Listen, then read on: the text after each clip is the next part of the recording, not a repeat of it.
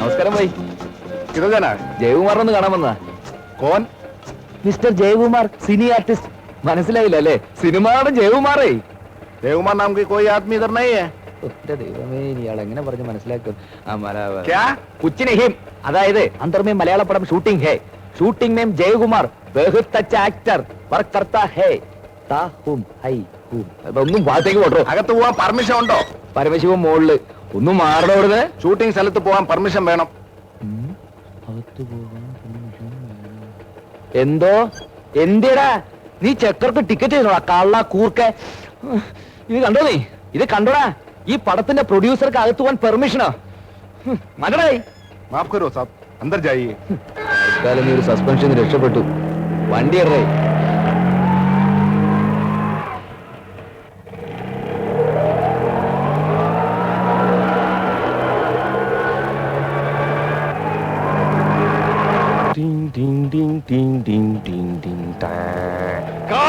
Auto ഫീൽഡിൽ എടുത്ത് മാറ്റണേ. വണ്ടി ശാന്തൻ നമ്മുടെ എത്രേ? 16 രൂപ. 16 ഉലിയോ? വീട്ടിലെത്രയാടോ? 12 രൂപ 60. പിന്നെന്താ 16 രൂപയുടെ കണക്ക്? എന്തിനാ സാറ് നക്കാപ്പിച്ച കാശിന് വേണ്ടി തർക്കിക്കുന്നത്? സാറ് വലിയ പ്രൊഡ്യൂസർ അല്ലേ?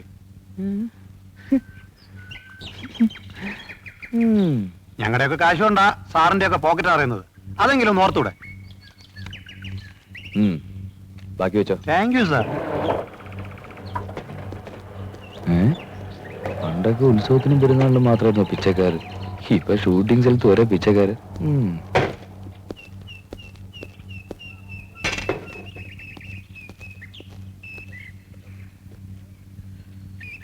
ഹലോ ബാലു.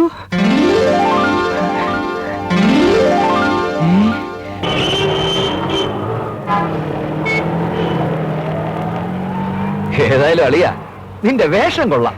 38 പിൽസ് പാന്റും ഒരലവലാതി ബനിയനും എടുത്ത് കളയാറായില്ല. ഇതൊക്കെ കളയണമെന്ന് ആഗ്രഹമുണ്ട് അളിയാ. ചില്ലറ വേണ്ടേ? ജയം മരിച്ചപ്പാ വിടവന്ന് കത്താൻ വേണ്ടി മദ്രാസിലേക്ക് വണ്ടി കയറി നീ ഒടുവി പിച്ചക്കാരനായി മാറി.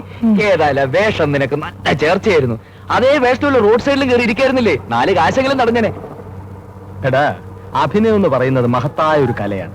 വേഷം എന്തായാലും എന്താ, കഥാപാത്രമായി മാറുക. അല്ല, കലാബോധമില്ലാത്ത നിന്നോട് പറഞ്ഞിട്ട് എന്താ കാര്യം? മതി മതി മതി മതി. നീ തെണ്ടിത്തിരിഞ്ഞ് കിടക്കുകയാണെന്ന് നാട്ടുകാർ മുഴുവൻ പറഞ്ഞു. പക്ഷേ ഇത്രയ്ക്ക് ഗതികേടാണെന്ന് അറിഞ്ഞില്ല. ബാലു, എല്ലാത്തിനും ഒരു സമയമുണ്ട്. നമ്മുടെ സത്യൻ 40ാമത്തെ വയസ്സിലാ ഹീറോയാകുന്നത്. ജയൻ 37ാമത്തെ വയസ്സിലും. എന്നിട്ട് എന്താ വിലസിയില്ലേ? എനിക്ക് വയസ്സ് 32 കഴിഞ്ഞിട്ടേ ഉള്ളൂ. സൂപ്പർ സ്റ്റാർ ജയകുമാറിനെ ഒരു നോക്ക് കാണാൻ, ഒന്ന് തൊടാൻ ആബാലവൃദ്ധം ജനങ്ങൾ ക്യൂ നിൽക്കും. നീ കണ്ടോ? ഏതായാലും അത് കാണാനുള്ള ഭാഗ്യം ഈ ജന്മത്തിന് എനിക്ക് ഉണ്ടാവും തോന്നില്ല. അറം പറ്റുന്ന വാക്കുകൾ പറയാതെടാ മഹാഭാവി.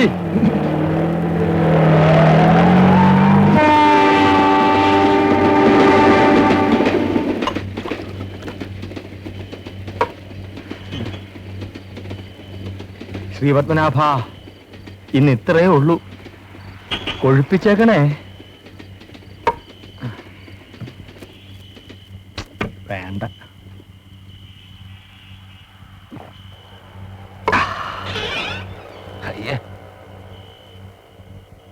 എന്നാലും നീ താമസിക്കുന്നൊരു സ്ഥലം എങ്ങനെയാടാ ഇവിടെ? സെൻട്രൽ ജയിലിൽ കഴിയുന്നവർ ഇതിലും സുഖമായിട്ടാ കഴിയുന്നു. അപ്പൊ ഞാൻ ഇതിനു മുമ്പ് താമസിക്കുന്ന സ്ഥലത്ത് നീ വന്നിരുന്നെങ്കിലോ? അതിനെ അപേക്ഷിച്ചത് റോയൽ ആടാളിയാ.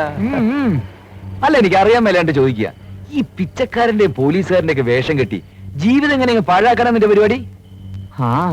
അങ്ങനെ ഇങ്ങനെയൊക്കെ ആയി മാസത്തിൽ 5-6 തവണ. ഒത്തു കിട്ടുന്ന ദിവസം ഓണമാ, അല്ലെങ്കിൽ ഗോവിന്ദ. കഷ്ടപ്പെട്ട ആ ജീവിതം.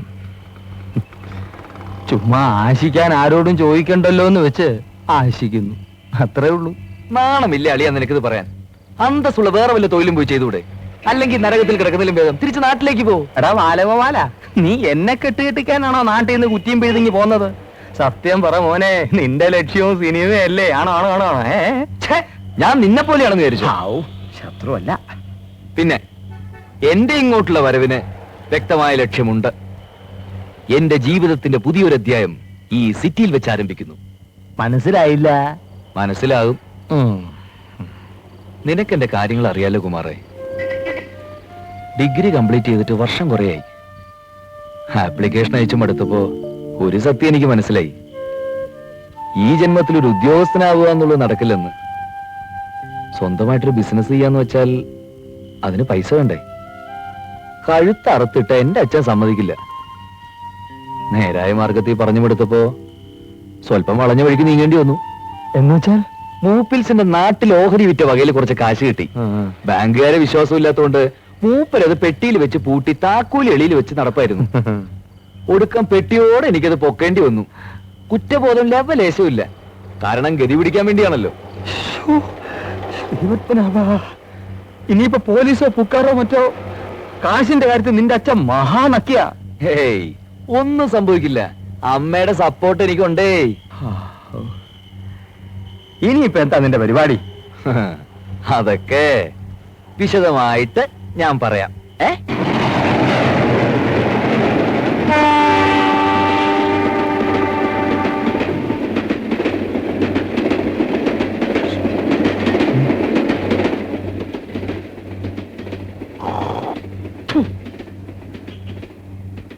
ഇങ്ങനെ കാഴ്ചക്കാരനെ പോലെ നോക്കിയെന്ന കാര്യം നടക്കില്ല. 9 മണിക്ക് വെള്ളം നിൽക്കും. അതിനു മുമ്പ് സംഭവം നടത്തിക്കോണം. ഇല്ലെങ്കിൽ എന്താ ചേട്ടാ തീപ്പെട്ടി തന്നെ ഒരു വീഡിയോ ഇനി ചുണ്ടൂടെ കാണാതിരിക്കും. തമാശ പറയാതെ രാവിലെ വയറ്റിൽ നിന്ന് പോവില്ല. അല്ലേ വേണ്ട, ഇനി എന്റെ വീഡിയോ എടുക്കാം. തന്നെ ഞാൻ 5-6 ദിവസമായിട്ട് നോട്ട് വിട്ടിരിക്കാം. ഇങ്ങോട്ട് മാറി. കേട്ടോ, മേലായിട്ടൊക്കെ എനിക്ക് ഇവിടെ നടക്കില്ല. ഇന്നലെ സെക്രട്ടറി പഠിക്ക് നിൽക്കുന്നുണ്ടല്ലോ. ഞാൻ കണ്ടെന്നേ. ഇല്ല, ഒരു സിനിമാ താരത്തിന്റെ പരിഗണനയിലും എനിക്ക് തരണം. രാവിലെ സ്വാഹ പ്രൊഡക്ഷൻ ഷൂട്ടിങ്ങുള്ളതാണ്. മമ്മൂട്ടി വെയിറ്റ് ചെയ്തിരിക്കുകയാണ്. പ്രത്യേകിച്ച് പണിയൊന്നും ഇല്ലല്ലോ. വേലയും കൂടി ഉള്ളത് കുളിച്ചിട്ട് പോട്ടെ. താങ്കൾ പണി. എന്റെ അമ്മേ.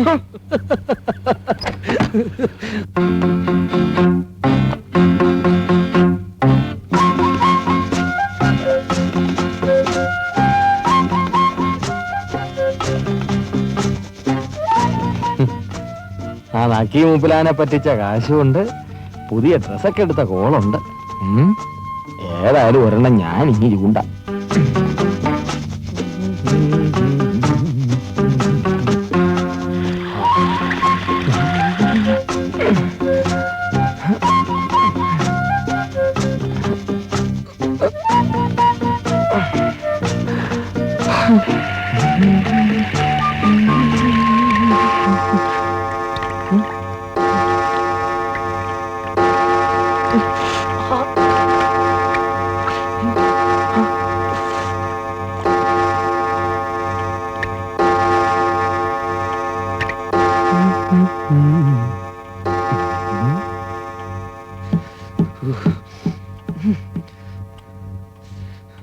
എടാ ദരിദ്രവാസി, വെള്ളം തീർന്നു.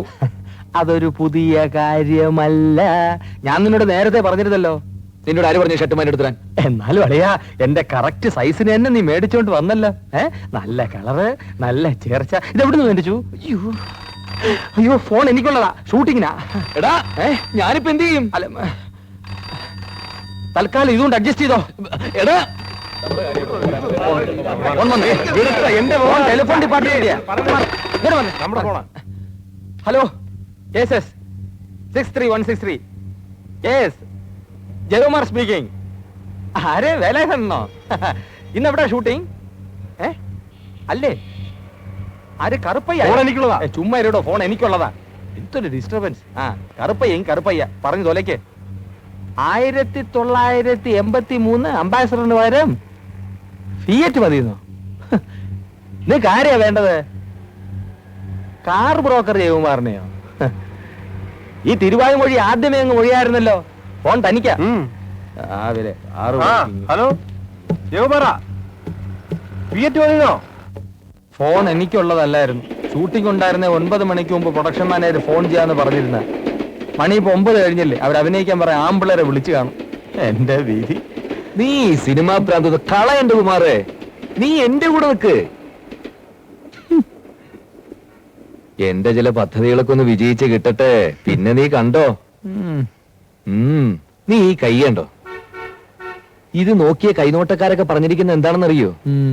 ഇതൊരു ബിസിനസ്മാന്റെ കൈയാണെന്നാ. തമാശാള ഈ മീനം തൊട്ടെന്റെ സമയം മാറുക. പിന്നെ ഈ സിറ്റിയിൽ നമ്മൾ രണ്ടുപേരും ഒരു വിലസ്. പിന്നെ നിനക്ക് അത്ര വലിയ ഭ്രാന്താണ് സിനിമ എന്നുണ്ടെങ്കിൽ പടം ഞാൻ എടുക്കോളിയാ. നീ hero, heroine Dimple Kapadia.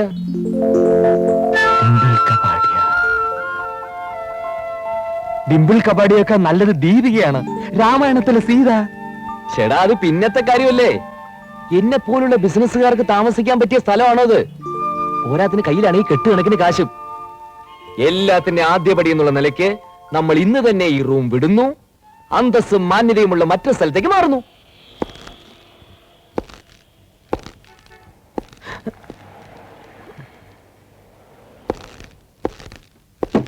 What can I do for you sir? Room വേണം, ഡബിൾ റൂം. റിസർവ് ചെയ്തിട്ടുണ്ടോ സാർ? റിസർവ് ചെയ്തിട്ടില്ലേ? റിസർവ് ചെയ്തിട്ടില്ല.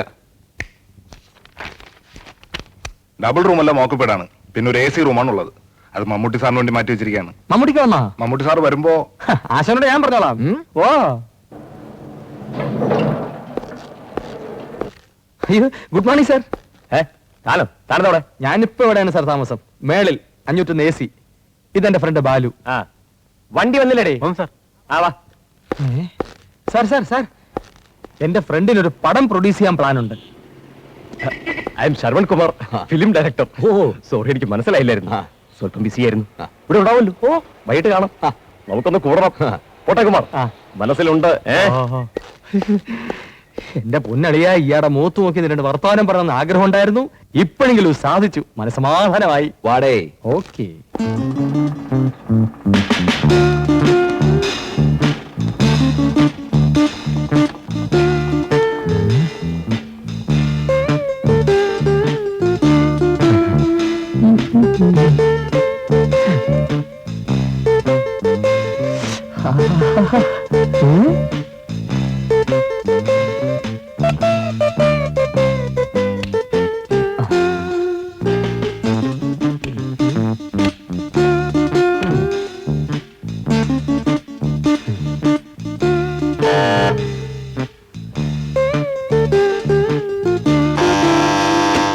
ആരാ ബെല്ലടിച്ചു? ബെല്ല് ആരടിച്ചു?